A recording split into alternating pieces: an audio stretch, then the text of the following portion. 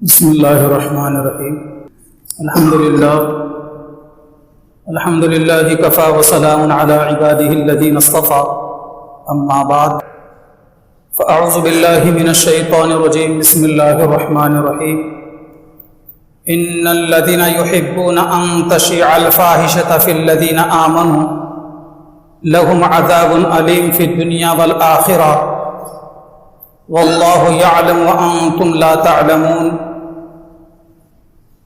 وقال رسول اللہ صلی اللہ علیہ وسلم الایمان بضع وستون شعبۃ اعلاها کلمۃ لا الہ الا اللہ وادناها اماطۃ الاذى عن الطریق والحیاء شعبۃ من الایمان او کما قال النبی صلی اللہ علیہ وسلم۔ قابل احترام دینی بھائی اور عزیز ہو، اللہ تبارک و تعالیٰ نے دین و اسلام کی صورت میں اور شریعت و سنت کی صورت میں ایک ایسا نظام ہمیں عطا فرمایا ہے، اور وہ نظام اللہ تعالیٰ نے مردوں کو بھی عطا فرمایا ہے اور عورتوں کو بھی عطا فرمایا ہے کہ اس نظام شریعت پر بڑی آسانی کے ساتھ اور بڑی سہولت کے ساتھ مرد بھی عمل کر سکتے ہیں اور عورتیں بھی عمل کر سکتی ہیں۔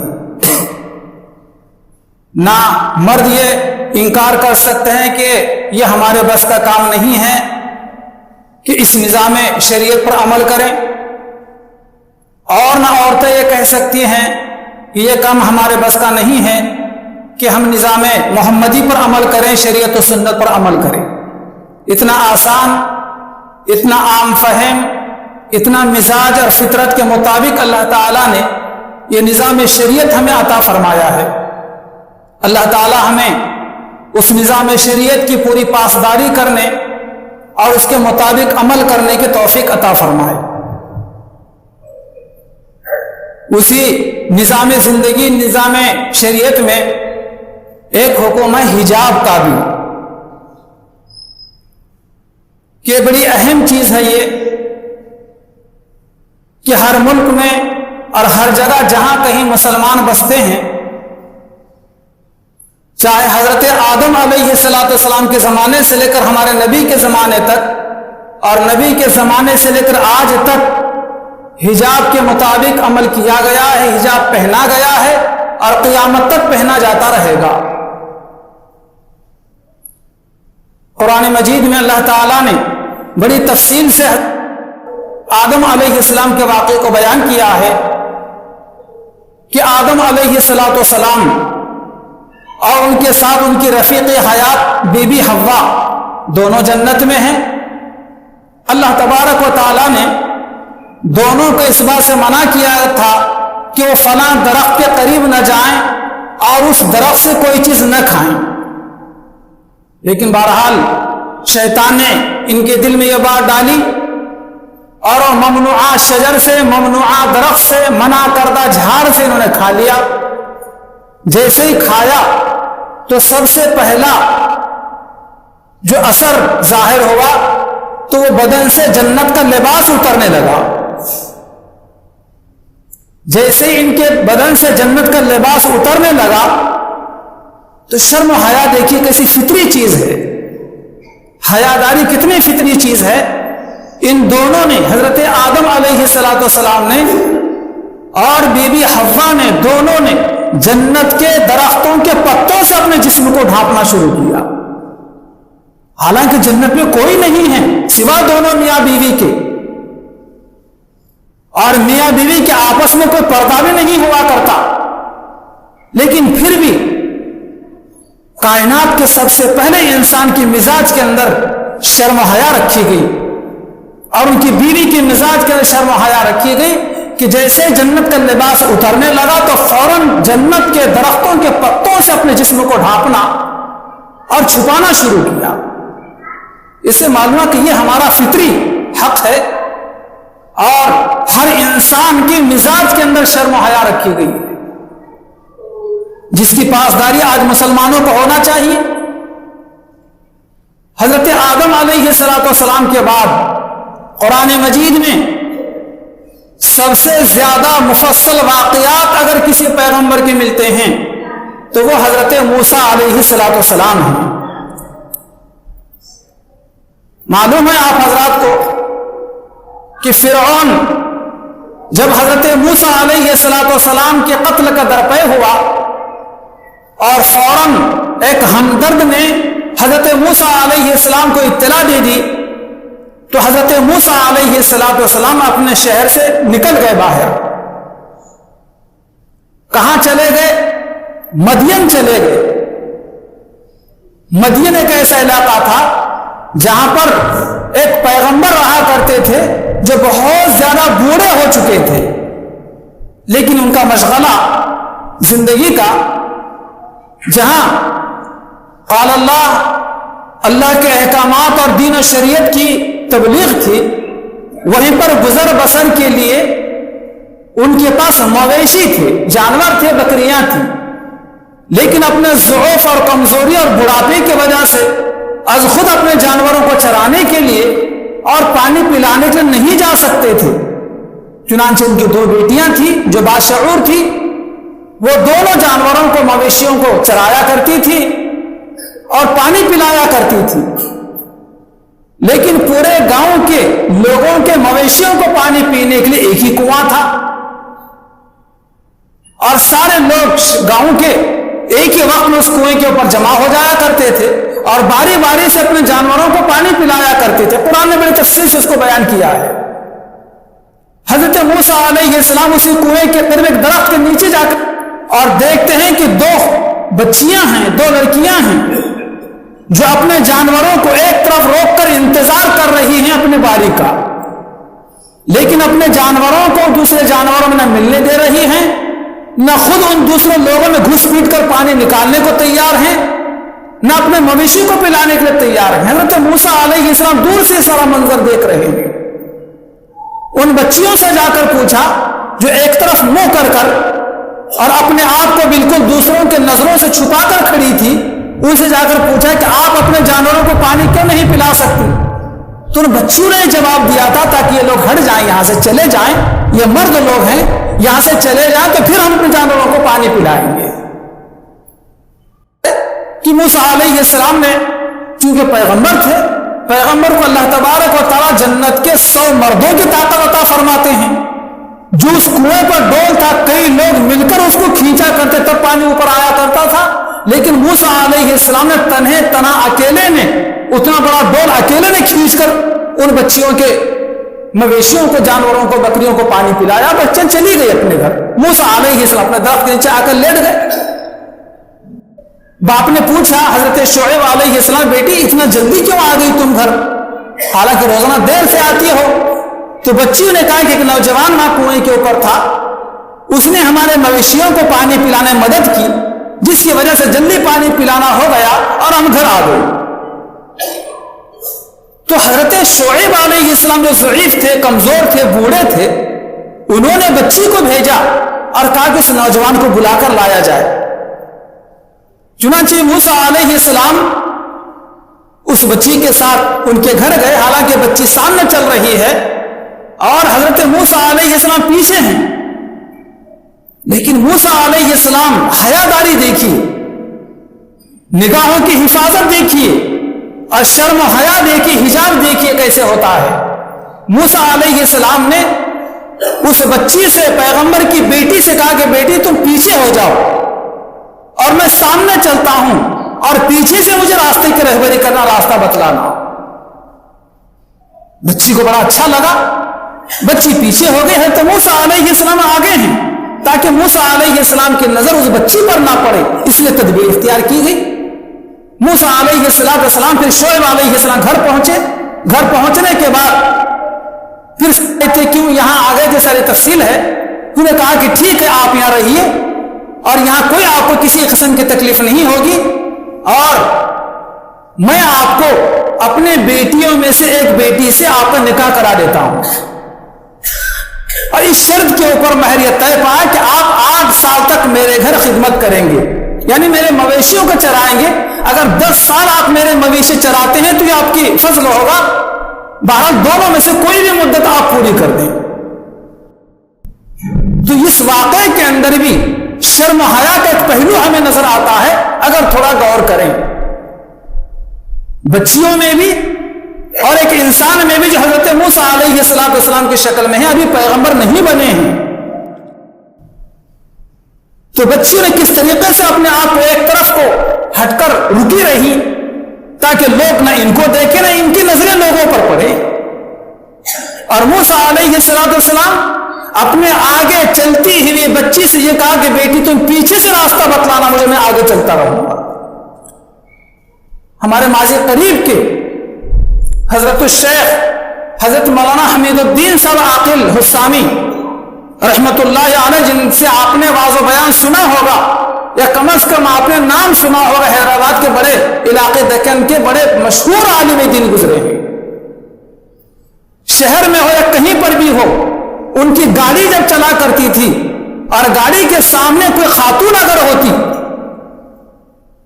چاہے پیدل چل رہی ہو یا 2 ویلر پر ہو، کسی بھی طریقے سے ہو، تو فوراً اپنے ڈرائیور سے یہ کہا کرتے تھے کہ اوورٹیک کر کے اس بچی سے عورت کے سامنے گاڑی کو لے لینا۔ مقصد یہی ہوا کرتا تھا کہ نظر اس عورت کے اوپر نہ پڑے۔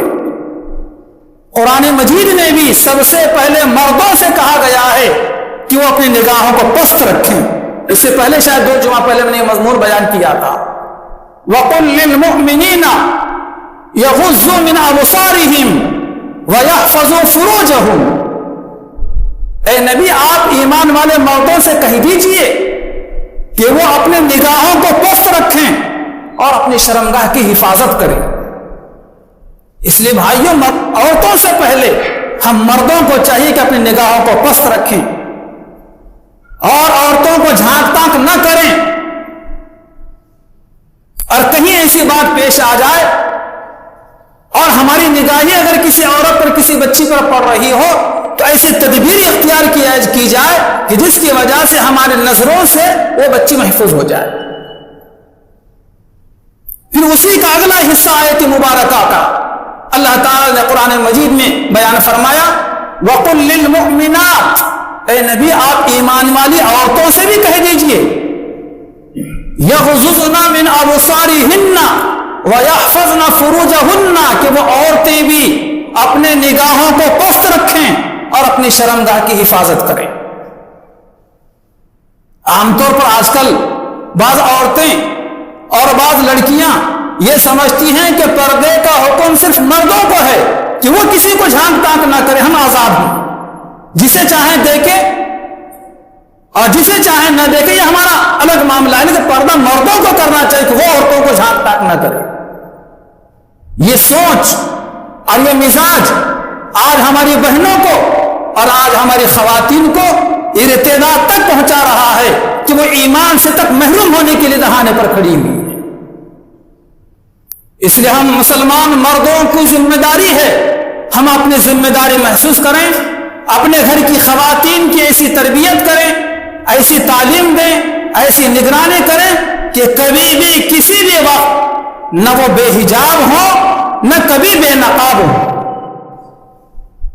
لیکن ہمیں کسی نے مجبور تو نہیں کیا کہ ہمارے گھر میں آ کر، ہماری دکانوں میں آ کر، ہمارے بازاروں میں آ کر، یہ کسی نے اب تک ہم سے نہیں کہا کہ نقاب ہٹاؤ اور ہماری دکان میں آؤ، کسی نے نہیں کہا ہمیں۔ آج کتنی مسلمان بہنیں ہماری ہیں، کتنی مسلم بچیاں ہماری ایسی ہیں، گھر سے تو نقاب اوڑھ کر جاتی ہیں، حجاب پہن کر جاتی ہیں، برقع پہن کر جاتی ہیں، لیکن دکانوں میں جا کر بے نقاب ہو جاتی ہیں، بازاروں میں جا کر بے نقاب ہو جاتی ہیں، اور خرید و فروخت کے ساتھ موقع پر بے نقاب ہو جاتی ہیں۔ کیا وہ ہمارے محرم بن گئے؟ کیا وہ ہمارے اجنبی نہیں ہیں؟ بعض مرتبہ یہاں تک دیکھنے میں آتا ہے کہ ساتھ میں باپ ہوتا ہے، بیٹی بے حجاب نظر آتی ہے، ساتھ میں شوہر ہوتا ہے، بیوی بے نقاب نظر آتی ہے، ساتھ میں بھائی ہوتا ہے، بہن بے نقاب نظر آتی ہے۔ ایسے شوہروں کی اور ایسے بھائیوں کی اور ایسے باپ کی غیرت کہاں چلی جاتی ہے؟ اس لیے دوستوں اور بزرگوں، ہم اپنی ذمہ داری کو محسوس کریں، ایسی تعلیم دیں، ایسی تربیت کریں، ایسی نگرانی کریں کہ گھر کے باہر نکلنے کے بعد کبھی ہماری بہو بیٹیاں نہ بے حجاب ہوں گی نہ بے نقاب ہوں. دونوں چیزیں ہمارے لیے ضروری ہے، حجاب بھی ضروری ہے اور نقاب بھی ضروری ہے. میں یہ حضور پاک علیہ السلام کے زمانے کا واقعہ سناؤں تو آپ کو شاید معلومات میں اضافہ بھی ہوگا اور آپ کو نصیحت بھی ہوگی اور عبرت بھی ہوگی. حضور پاک علیہ السلام کا زمانہ ہے، ایک خاتون نے، مدینہ منورہ کی ایک خاتون نے اپنے ایک نوجوان بیٹے کو حضور پاک علیہ السلام کے ساتھ میں ایک غزوے میں بھیجا. غزوے کا مطلب جہاد میں بھیجا، جنگ میں بھیجا. بہرحال حضور صلی اللہ علیہ وسلم اس خاتون کے نوجوان بیٹے کو لے کر پوری جماعت صحابہ کے ساتھ تشریف لے گئے. جہاد ختم ہو گیا، آپ واپس مدینہ منورہ میں تشریف لائے. سارے کے سارے صحابہ اپنے اپنے گھروں کو چلے گئے، لیکن اس خاتون کا نوجوان بیٹا گھر واپس نہیں آیا. اسے بڑی فکر ہوئی. اپنے چہرے پر نقاب ڈال کر اور اپنے آپ کو چھپاتے ہوئے دوڑی دوڑی حضور کی خدمت میں حاضر ہوئی. حضور کے گھر آئی اور کہنے لگے کہ یا رسول اللہ صلی اللہ علیہ وسلم، میرا بیٹا کہاں ہے؟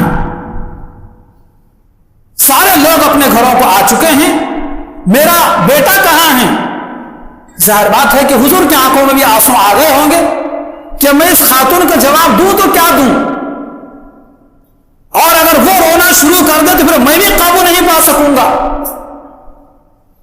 قبل اس کی کہ حضور جواب دے دیتے، قریب میں بیٹھے ہوئے حضرات صحابہ رضی اللہ عنہم اجمعین نے یہ کہا کہ بی بی، آپ کے نوجوان بیٹے اللہ کے راستے میں شہید ہو گئے ہیں. آپ کے نوجوان بیٹے اللہ کے راستے میں شہید ہو گئے ہیں. یہ سننا تھا کہ اس خاتون نے بڑے صبر و ضبط سے کام لیا اور بڑے صبر و ضبط کا مظاہرہ کیا اور اٹھ کر جانے لگی. تو ایک صاحب نے، مسلمانوں میں سے، صحابہ میں سے ایک صاحب نے یہ کہا کہ بی بی، آپ کے بیٹے کی شہادت ہو گئی ہے. یہ خبر سن کر آپ پر ایک غم طاری ہے، آپ پریشانی کے عالم میں ڈوبی ہوئی ہیں، لیکن اس مشکل گھڑی میں بھی آپ اپنے آپ کو چھپائی ہوئی ہیں اور اپنے آپ پر نقاب ڈالی ہوئی ہیں. یاد رکھیں دوستو، اس خاتون نے، مدینہ منورہ کی اس خاتون صحابیہ نے جو جواب دیا وہ رہتی دنیا تک کے مسلمانوں کے لیے کافی ہے.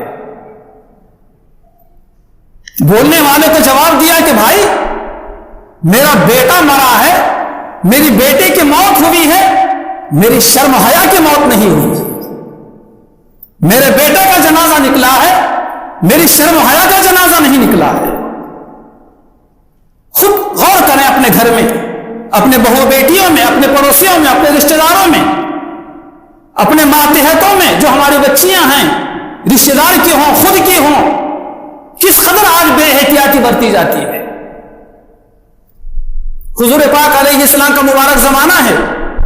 حضرت ام سلمہ رضی اللہ تعالیٰ عنہ کی روایت ہے. یہ ام سلمہ رضی اللہ تعالیٰ کہتی ہیں کہ ایک مرتبہ ہم بیٹھے تھے حضور کے ساتھ اور میرے ساتھ میں میمونہ رضی اللہ تعالیٰ عنہ بھی تھی. حضور کی ایک بیوی حضرت ام سلمہ اور حضرت میمونہ، یہ دونوں کے دونوں حضور کے آزو بازو بیٹھ کر کسی بات پر گفتگو کر رہے تھے. اچانک دروازے پر دستک ہوئی. معلوم ہوا کہ وہ حضور پاک علیہ السلام کے ایک نابینا صحابی حضرت ام مکتوم ہیں. چونکہ نابینا تھے، وہ دستک دی تو حضور صلی اللہ علیہ وسلم فرمایا کہ ان دونوں سے احتجبا کے الفاظ ہیں، چلو تم دونوں یہاں سے ہٹ جاؤ، پردہ کرو کہ وہ آ رہی ہیں. تو حضور کی دونوں بیویوں نے بے آواز یہ کہا کہ یا رسول اللہ صلی اللہ علیہ وسلم، وہ تو نابینا ہیں، ہم کو دیکھ نہیں سکتے، آپ سے جو کچھ گفتگو کریں گے ہم بھی سنیں گے، آپ گفتگو فرما لیجئے، ہم خاموش بیٹھے رہیں گے، ان کو پتہ بھی نہیں چلے گا. اللہ کے نبی علیہ السلام نے جو اس موقع پر الفاظ فرمائے وہ دیکھیے. آپ علیہ السلام نے فرمایا وہ آنے والے نابینا ہیں، تم کو دیکھ نہیں سکتے، تو کیا تم دونوں بھی اندھی ہو گئی ہو کہ تم دیکھ نہیں سکتی؟ احتجبا، چلو یہاں سے نکلو، پردہ کرو. تو دیکھا آپ نے کہ وہ اگرچہ کوئی دیکھ نہیں سکتا ہمیں، لیکن ہم تو دیکھ سکتے ہیں۔ تو ایسے موقع پر ہمیں عبرت اور موعظت حاصل کرنا چاہیے، اور کبھی بھی بے حجابی کی کیفیت اور بد نظری کی کیفیت بالکل نہیں ہونا چاہیے۔ ہم بھی اپنے ایمان و اعمال کی فکر کرنا چاہیے، اور ہمیں چاہیے کہ ہم اپنے بہو بیٹیوں کی ایسی تربیت، ایسی تعلیم، ایسی نگرانی کریں کہ وہ بھی کبھی بھی نہ بے حجاب ہو، نہ کبھی ان سے کسی قسم کی بد نظری ہو۔ جب اس طریقے سے عمل کیا جائے گا تو دیکھیے پھر کیسا پاکیزہ صاف ستھرا معاشرہ ہمارے وجود میں آتا ہے کہ کبھی کسی سے کسی قسم کا کوئی ڈر خوف محسوس نہیں ہوگا۔ ہر کوئی اپنے گھر میں بھی امن سے رہے گا، باہر نکلتے ہوئے بھی امن محسوس ہوگا اسے، لیکن آج گھر کے باہر نکلتے ہوئے ڈر لگ رہا ہے۔ ابھی ہماری پڑوسی ریاست میں کیا ہوا دیکھا آپ نے کہ سینکڑوں کے جھنڈ میں ایک اکیلی تنہا مسلم نوجوان بچی مسکان نے کیسا مظاہرہ کیا، اور کیسی اس کو ہمت اور حوصلہ ملا اس کو، اور نعرہ تکبیر بلند کرتی ہوئی کالج میں داخل ہو گئی۔ حالانکہ کئی نوجوان ایسے تھے جو اس کو رکاوٹ بننا چاہ رہے تھے اور اس کو بھگانے کی کوشش میں تھے کہ وہ ہمت ہار جائے، واپس چلی جائے، لیکن ہم اس مسکان نوجوان بچی کے ہمت اور حوصلے کو، جرأت مندی کو سلام کرتے ہیں۔ آج ایسی بچیوں کی ضرورت ہے۔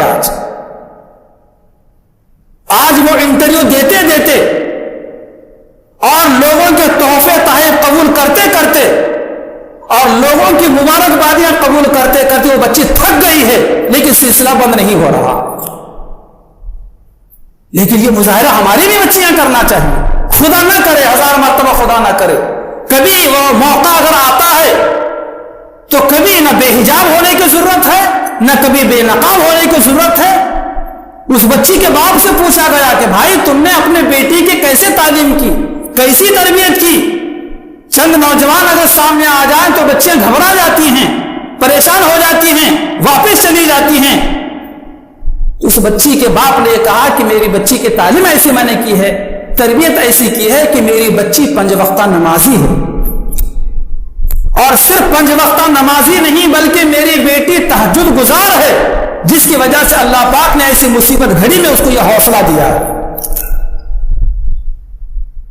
کیا میری آپ کی بیٹیاں تہجد گزار ہیں؟ چھوڑی ایک نفل نماز ہے، کیا میری اور آپ کی بچیاں نمازی ہیں، 5 وقتہ 5 وقت کی نمازی ہیں تو خدا کا شکر ادا کرنا چاہیے۔ اللہ ہر کسی کو ایسی بیٹیاں عطا کرے، اور اگر نہیں ہیں تو ہم سب کی ذمہ داری ہے ہم اپنے بہو بیٹیوں کے بچیوں کی نگرانی کریں، تربیت کریں، انہیں 5 وقتہ نمازی بنائیں۔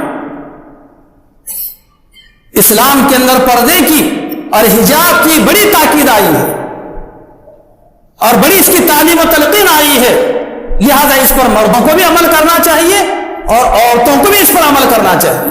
آج دنیا اس بات پر ٹوٹی ہوئی ہے اور ڈٹی ہوئی ہے کس طریقے سے معاشرے کو ننگا کیا جائے، بے حیائی عام کی جائے، موقع بہ موقع اس قسم کے پروگرام پیش کیے جاتے ہیں اور ایسے ڈیز منائے جاتے ہیں جس کی وجہ سے بے حیائی کا مظاہرہ ہوتا ہے۔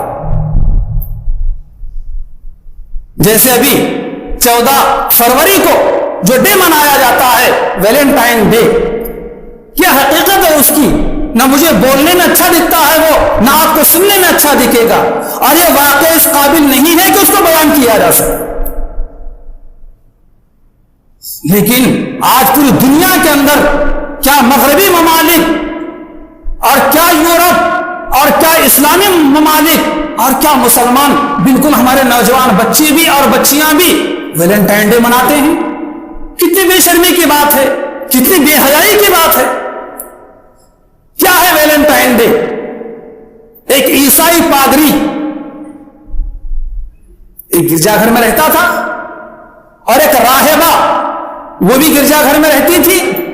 جو راہب ہوتا ہے، جو راہبہ ہوتی ہے، ان کو آپس میں شادی کرنے کی اجازت نہیں ہوتی۔ آج دنیا میں بہت ساری قومیں ہیں جو شادیاں نہیں کرتی، خاص طور پر عیسائی مذہب کے اندر جو ہے یہ مذہبی لوگوں کو جو راہب بنتے ہیں، راہبہ بنتی ہیں یا پادری بنتے ہیں تو ان کو شادی کرنے کی اجازت نہیں ہے، لیکن خواہشات جذبات ہر ایک کے ساتھ رہتے ہیں، کب تک وہ اپنے جذبات پر قابو رکھیں گے؟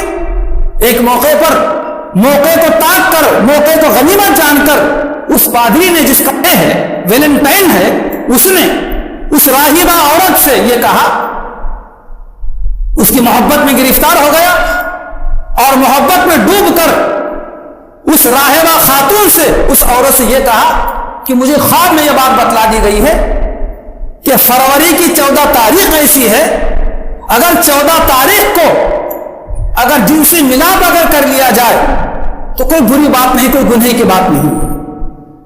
چنانچہ وہ خاتون تیار ہو گئی اور وہ راہب اور راہبہ دونوں منہ کالا کر چکے، لیکن پوری دنیا جانتی ہے کہ اس طریقے سے کرنے کی سزا کیا ہوتی ہے۔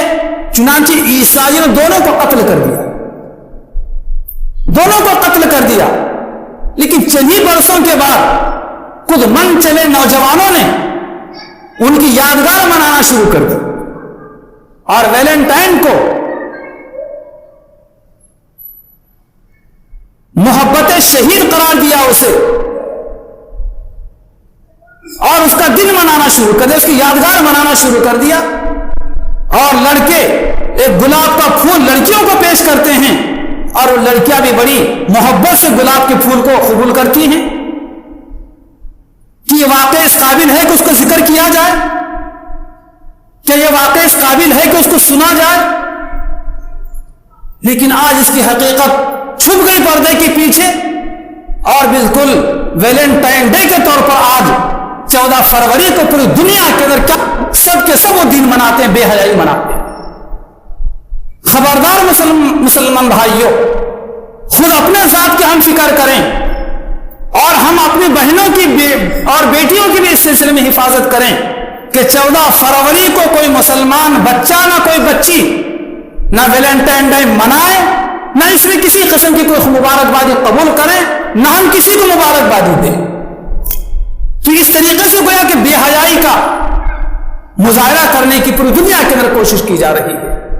دنیا کی مختلف کتابوں کے اندر، ہر مذہبی کتاب کے اندر پردے کا اور حجاب کا حکم ہے، اور آج مختلف عنوانات سے جو ہماری بچیوں کو اور ہمارے خواتین کو، ہماری بہو بیٹیوں کو بے حجاب اور بے نقاب کرنے کی کوشش کی جا رہی ہے، یہ شخصی زندگی میں ایک قسم کی مداخلت ہے۔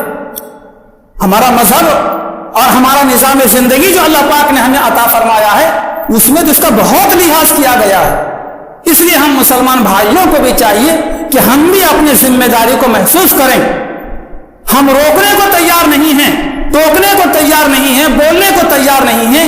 بچیاں تو بچیاں ہوتی ہیں، عورتیں تو عورتیں ہوتی ہیں، اور بہویں تو بہویں ہوتی ہیں، وہ بے نقاب بھی ہو رہی ہیں اور بے حجاب بھی ہو رہی ہیں۔ اس لیے ہم تاکید کریں، ہمارے بچوں کی تربیت کریں اور ایسی نگرانی کریں تاکہ پورے اسلام تشخص جا سکیں اور پورے اسلام تشخص کے ساتھ زندگی گزار سکیں۔ اللہ تعالیٰ سے ہم سب کو بھی اس بات کی توفیق عطا فرمائے اور بے حجابی و بے نقابی سے ہماری بہو بیٹیوں کی بھی حفاظت فرمائے۔ آمین ثم آمین وآخر دعوانا الحمد